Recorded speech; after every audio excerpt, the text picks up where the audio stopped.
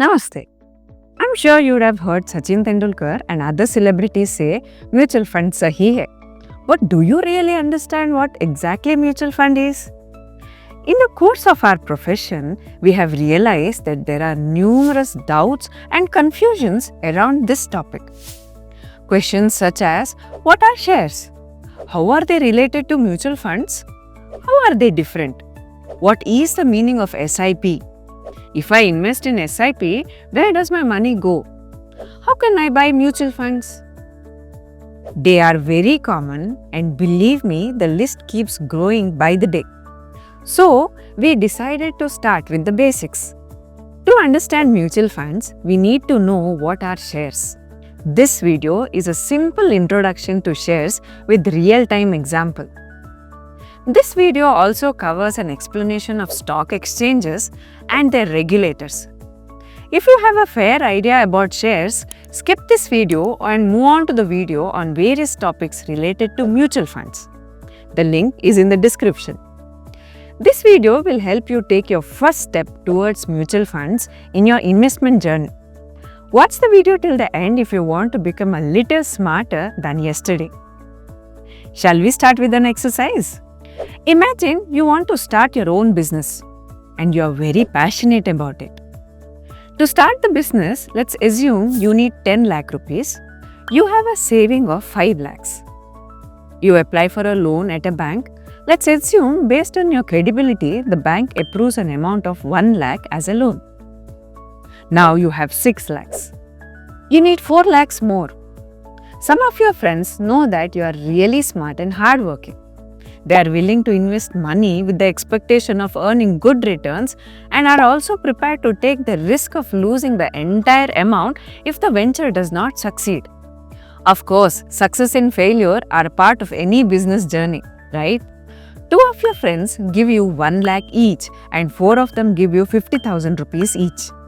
With their contribution and the bank loan, 10 lakh rupee is ready. Now, you own 60% of your company because you have invested 6 lakhs of the total 10 lakh investment. Your friends who have given you the money will get a portion of the company.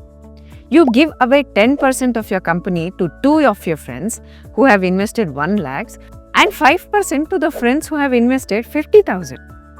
So, each of the friend who has invested 1 lakh owns 10% share in the company and each of your friend who has invested 50,000 owns 5% of the share.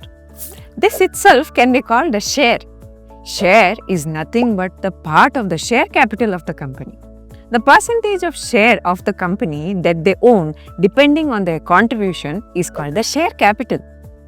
The people who have invested in the share of the company are called shareholders. So, your friends who have invested in your company are also the shareholders of your company to the extent of their contribution. I'm sure you've got an idea of what is a share and the share capital, and you feel a little more confident about these terms, right? And now an interesting part. Once you hear this, you will be surprised to know how simple it actually is. So listen carefully. Like we call a movie a film or a motion picture or a cinema, shares are also called in different names like stocks, equities or skips. They are just different names of the same idea. Finally, since you have 10 lakhs ready, you set up your venture and we understand you need some time to make a profit. The bank has given you the loan, for which you are paying the EMI, where the portion of it goes to the principal of the loan amount and the portion of it goes to the interest to serve the outstanding loan amount. Now, fast forward 2 years, you have earned a good profit. What is a profit? The profit is the amount remaining after deducting all expenses, interest on the bank loan and taxes, if any. Do you know how this profit is distributed? Let me tell you. Depending on the percentage of your friend's investment, you distribute the profit. The profit earned by your company is shared among the shareholders based on their contribution. Your friends receive a part of the profit corresponding to the percentage share they own. This part of profit is termed as dividend. So, if the company's performance is good, then the price of the shares will go up, as well as the shareholders will get a good amount as dividend. If the company does not perform well, then the share prices will fall and the shareholders may not get any dividend. As a shareholder, you can definitely earn more returns when compared to the earnings when you give a loan. The returns are higher than the fixed deposit interest too. But investing in a company and becoming a shareholder comes with the risk of losing the entire capital amount if the company fails completely. The risk is even higher when you don't understand the exact working of the company. Now, I'm quite sure you understand what is a share and who are the shareholders. Let's look at the big picture now and take the next step towards understanding the stock exchanges. There are two stock exchanges in India, BSE, Bombay Stock Exchange, and NSE, National Stock Exchange. These exchanges are marketplaces where the companies are listed. There are about 6,000 plus companies listed in these exchanges. Some companies are listed in both the exchanges and a few of them are listed in one of them. We can buy and sell shares of these listed companies on the exchanges. Let me name a few listed shares. ICICI Bank shares, Bank of Baroda shares. We have the shares of the vehicles that we drive, say Maruti shares, or Hero Honda shares, or Bajaj Auto shares. We all have heard of Infosys and Wipro and TCS, right? They are also listed. Did you know Domino's Pizza is also listed in the name of Jubilant Foods? Now, let's see who regulates these activities. Have you heard of RBI, the Reserve Bank of India? They are the regulators who look after the working of the banking system.